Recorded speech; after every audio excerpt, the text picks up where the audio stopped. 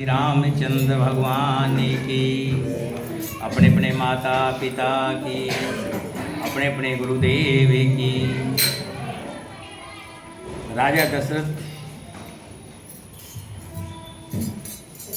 के मन में पुत्र प्राप्ति का विचार आता है और गुरु वशिष्ठ जी से अश्वमेध यज्ञ करने के लिए प्रार्थना करते हैं।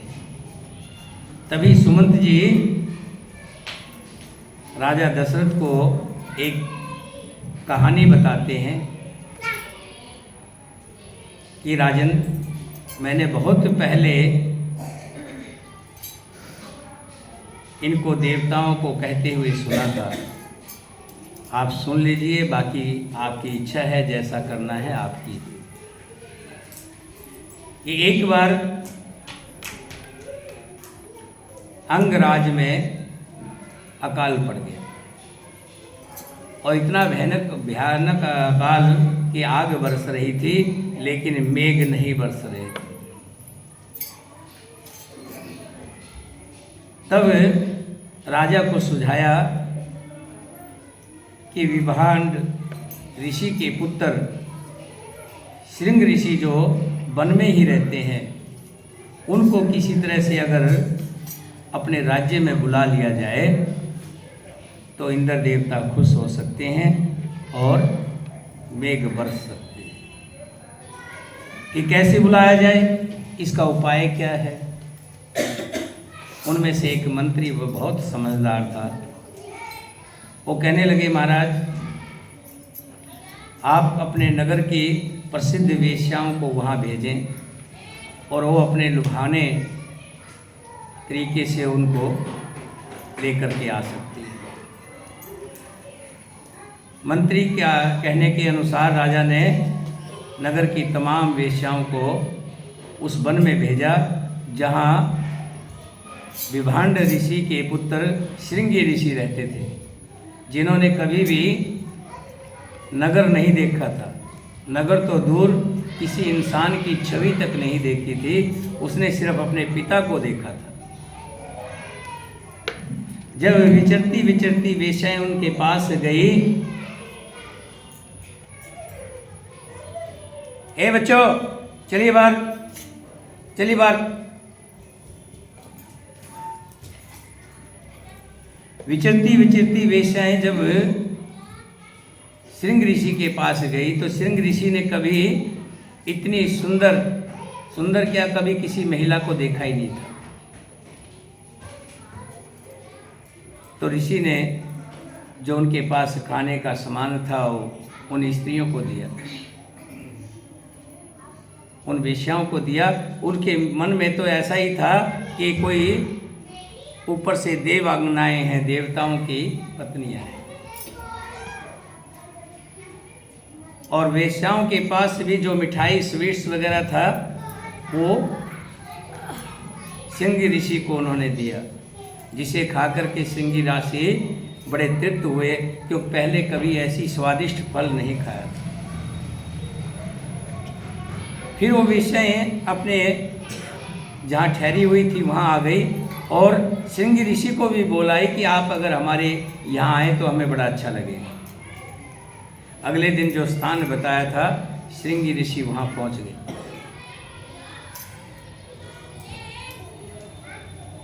और उन वेश्याओं ने उन्हें बड़ा खाने पीने का बहुत वो दिया और कहा कि अगर आप हमारी नगरी में चलो तो हम बड़ी धन्य हो जाएंगे। उनकी आराधना से विभुक्त होकर के श्रृंगी ऋषि वहाँ उस नगरी में पहुँच गए। जैसे ही श्रृंगी ऋषि ने नगरी में कदम रखा, वैसे ही इंद्र बरसने लगे।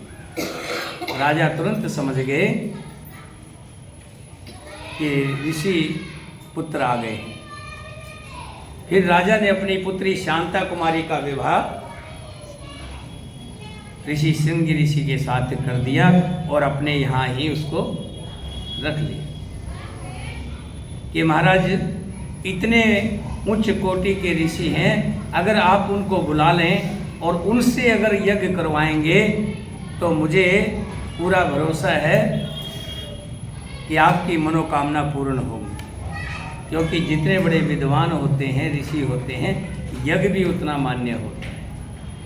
अग्नि में आहुति तो कोई भी डाल सकता है, आप भी डालते हैं, हम भी डालते हैं, लेकिन यज्ञ कराने वाला जो यजमान होता है वो कितना बड़ा, कितनी कोटि का विद्वान है, उसके अनुसार ही यज्ञ का फल भी मिलता है।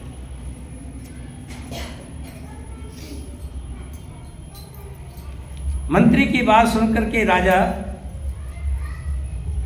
सीधे वशिष्ठ जी के पास गए और वशिष्ठ जी को सुमंत जी की बात बताई कि ऐसे ऐसे सुमंत जी ये कह रहे हैं। और वशिष्ठ जी ने कहा बहुत अच्छी बात है। सुमंत जी का वचन सुनकर राजा दशरथ को बड़ा हर्ष हुआ। उन्होंने मुनिवर वशिष्ठ जी को भी सुमंत जी की बातें सुनाई और उनकी आज्ञा लेकर निवास की रानियों तथा मंत्रियों के साथ अंग देश के लिए चल दिए, श्रृंगी ऋषि को लाने के लिए। क्योंकि अंग देश का जो राजा था वो राजा दशरथ का मित्र था। ऐसे तो किसी देश में नहीं जा सकती, पता नहीं उस देश के साथ अगर दूसरे राजा के साथ हमारी नहीं बनती हो तो हमारा कोई वैसे भी आदमी जा रहा उसको भी पकड़ लेंगे, कहेंगे गुप्तचर होगा कोई, है ना। हमारे हिंदुस्तान में कोई आ जाए बिना वीजा के, बिना पासपोर्ट के, क्या होता है, उसको गिरफ्तार कर लिया जाता है। जो अंगराज के राजा थे उनके साथ राजा दशरथ की मित्रता थी और इसी नाते वो श्रृंग ऋषि को लेने के लिए चले गए। और श्रृंग ऋषि उन्हीं के यहाँ निवास करते थे, क्योंकि उन्होंने अपना दमादा बना लिया था, यानी अपनी पुत्री शांता का विवाह भी श्रृंगी ऋषि के साथ कर दिया अंगराज। मार्ग में अनेक वनों और नदियों को पार करके वे धीरे धीरे उस देश में जा पहुँचे जहाँ मुनिवर श्रृंग ऋषि विराजमान थे। वहाँ पहुँचने पर उन्हें दिव्य श्रेष्ठ श्रृंग ऋषि रोमपाद के पास ही दिखाई दिए। वे ऋषि कुमार प्रज्वलित अग्नि के समान बड़े तेजस्वी थे। जैसे आग के तेज होता है, ऐसे जैसे सूर्य का तेज होता है, उनके चेहरे से अलग ही तेज, जो जितना बड़ा तपस्वी होगा, जितना तप करेगा या जितना बड़ा तप करेगा तभी कोई बड़ा बनेगा, और जब कोई बड़ा बनेगा तो उसके अंदर से एक तप मिलेगा, तेज मिलेगा, तेज की पूर्ति। उस तेज को देखते ही सामने वाला अपने आप ही नमन कर बैठता है। आपने देखा होगा कहीं बैठे होते, कोई आ जाता है तो, कोई बड़ा व्यक्ति आता तो सारे खड़े हो जाते, खड़े होकर उसका अभिनंदन करते। उसमें और हमारे में क्या अंतर है तो वो भी हाड़ मास का एक जैसा ही है, लेकिन उनके अंदर जो तेज होता है, हम लोग सोचते हैं कि बहुत बड़े राजा बन गए, ऐसे नहीं बनते। इस जन्म में या पिछले जन्म में बहुत तप किए होते हैं, तब से ही राज मिलता है, और राज अगर सही से ना किया जाए तो नरक भी मिलता है, ये शास्त्र कहते हैं। जैसे ही राजा वहाँ पहुँचे तो देखा देव ऋषि कुमार वहीं बैठे थे और उनके प्रज्वलित अग्नि के समान तेजस्वी जान पड़ते थे। उसके पश्चात राजा रोमपाद ने मित्रता के नाते अत्यंत प्रसन्न हृदय से महाराज दशरथ का शास्त्रोक्त विधि के अनुसार विशेष रूप से पूजन किया, और विद्वान ऋषि कुमार श्रृंग ऋषि को राजा दशरथ के साथ अपनी मित्रता की बात बताई कि राजा दशरथ के साथ मेरी बड़ी मित्रता है, ये मेरे मित्र हैं। जैसे बताते ना घर में कोई आता है तो अपने बच्चों को भी बताते हैं कि ये ऐसे ऐसे, सारी बात श्रृंगी ऋषि को भी बताई। इस प्रकार भली भांति आदर सत्कार पाकर नरश्रेष्ठ राजा दशरथ रोमपाद के साथ वहाँ 7-8 दिनों तक रहे। इसके बाद वे अंगराज से बोले, प्रजापालक नरेश, तुम्हारी पुत्री शांता अपने पति के साथ मेरे नगर में चले तो मुझे बड़ा अच्छा लगेगा, क्योंकि वहाँ एक महान आवश्यक कार्य खड़ा हुआ है। मैंने एक महान कार्य करवाना है और ये दोनों जाएंगे तो मुझे बड़ा अच्छा लगेगा। राजा रोमपाद ने बहुत अच्छा कहकर उन बुद्धिमान महर्षि का जाना स्वीकार कर लिया और श्रृंगी ऋषि से कहा, हे विप्रवर, आप शांता के साथ महाराजा दशरथ के यहाँ जाइए। राजा की आज्ञा पाकर उन श्रृंगी ऋषि पुत्र ने कहा, जैसी आज्ञा। राजा दशरथ को अपने चलने की स्वीकृति दे दी। राजा रोमपाद की अनुमति ले श्रृंग ऋषि ने पत्नी के साथ वहाँ से प्रस्थान किया। उस समय शक्तिशाली राजा रोमपाद और दशरथ ने एक दूसरे को हाथ जोड़कर स्नेहपूर्वक छाती से लगाया तथा अभिनंदन किया। फिर मित्र से विदा ले रघुकुल नंदन दशरथ वहाँ से चल दिए। देखिए ना, किसके बारे में बताया जा रहा है? श्रृंगी ऋषि के बारे में, जो विभांड मुनि के पुत्र थे। और अंगराज के राजा ने उन्होंने बुलाया था अपने यहाँ, क्योंकि अकाल पड़ गया था। अब उसी से यज्ञ कराने के लिए राजा दशरथ अंगराज के राजा से, जिनका नाम रोमपाद है, लेकर के आए हैं राजा की बेटी और दामाद दोनों को, यानी कि श्रृंगी ऋषि को भी और शांता को।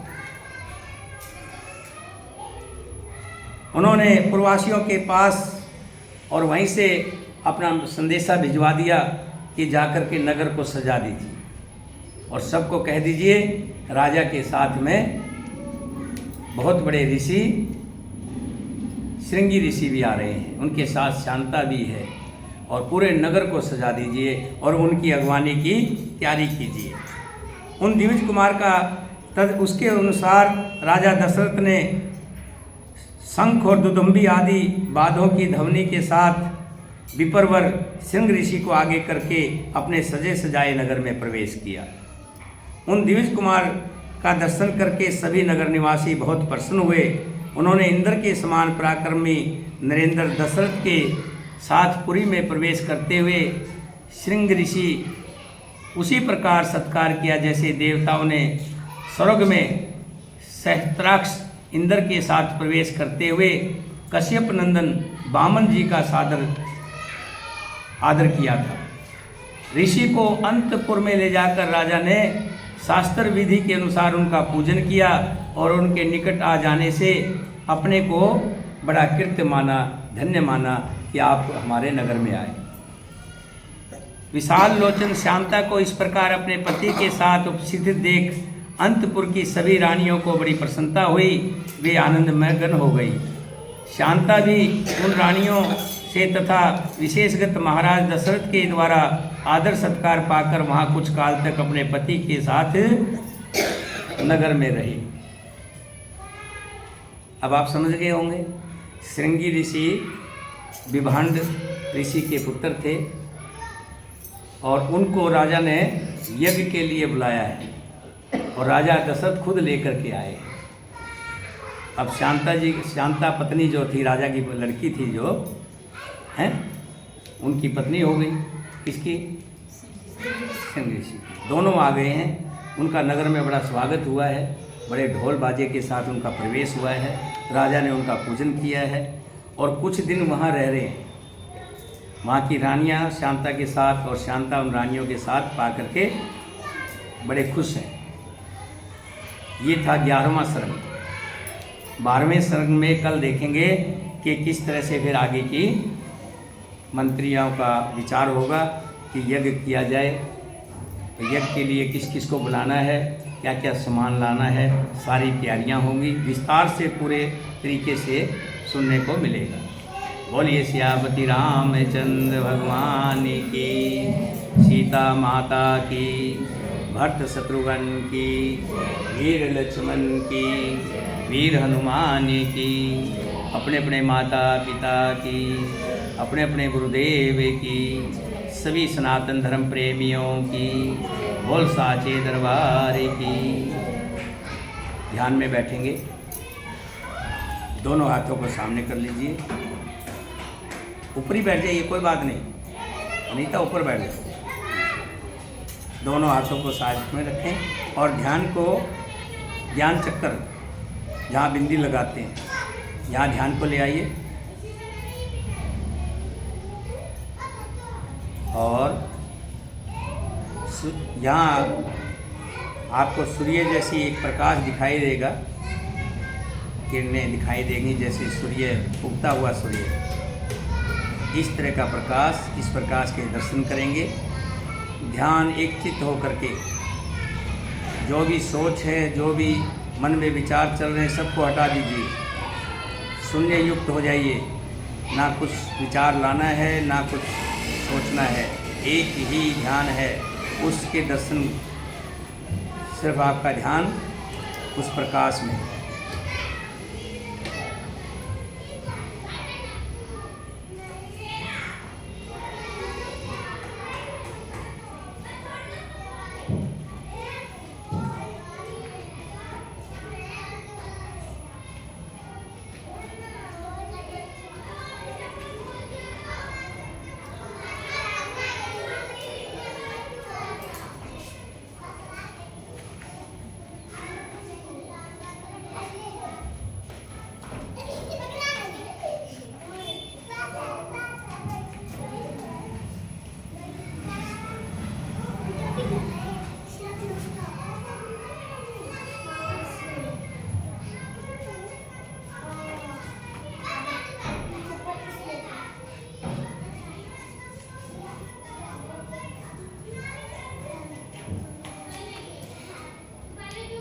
विचार आएंगे, विचारों को झटक दीजिए, ध्यान इधर उधर जाएगा, रोक के रखिए।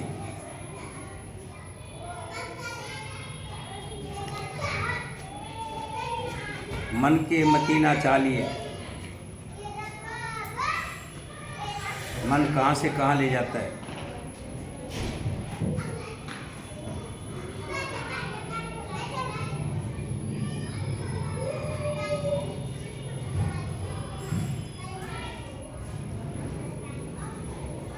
मैं प्रभु का हूँ, प्रभु मेरे हैं।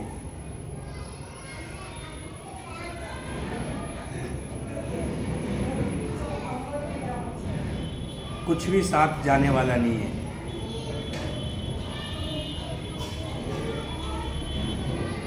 कोई रिश्ता नाता सब जाएंगे, शमशान तक छोड़ करके आ जाएंगे।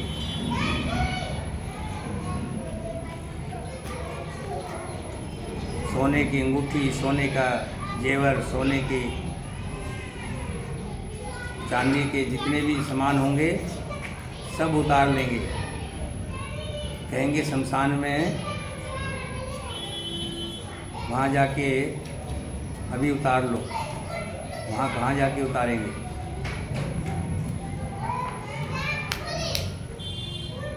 कुछ भी साथ नहीं जाएगा, रुपया पैसा तो दूर की बात, तन के वस्त्र भी साथ नहीं रहेंगे। घटिया सी चादर जो उड़ा दी जाएगी।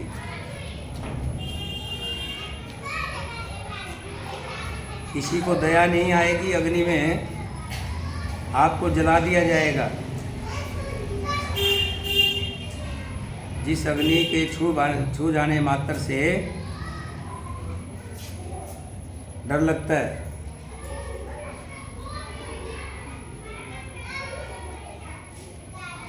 अपनी ही आग लगा देते हैं। एक रिश्ता है तो परमात्मा के साथ। मैं हूँ, मेरे परमात्मा है, जो अजर अमर हैं, जिनका रिश्ता कभी टूटने वाला नहीं है।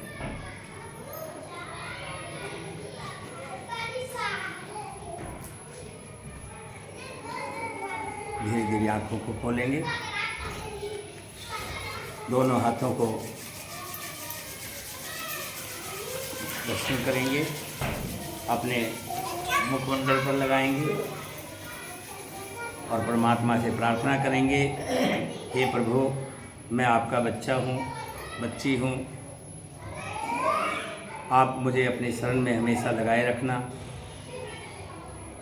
ये जो लगन है, ये लगन हमेशा लगी रहे। एक छोटे से भजन के माध्यम से जैसे कहते ना, लाला जी मेरी लागी लगन मत तोड़ना, लाला जी मेरी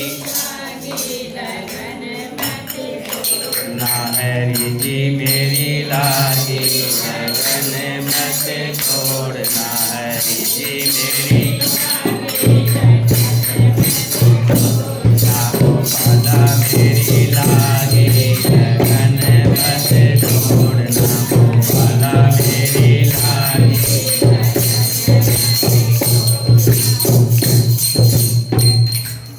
प्रभु से हमेशा विनती करते रहना कि प्रभु आपने जो ये लगन लगाई है, ये लगन हमेशा लगी रहे और इसी तरह से हरि की कथा प्रार्थना सुनने को हमें मिलती रहे।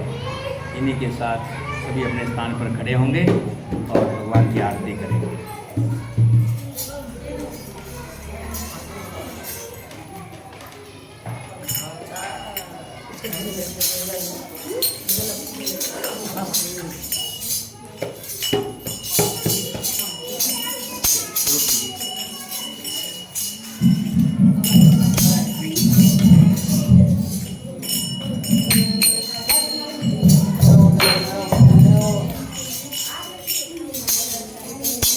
याद कराना, श्यामा इसको ठीक करवा के लाऊंगा।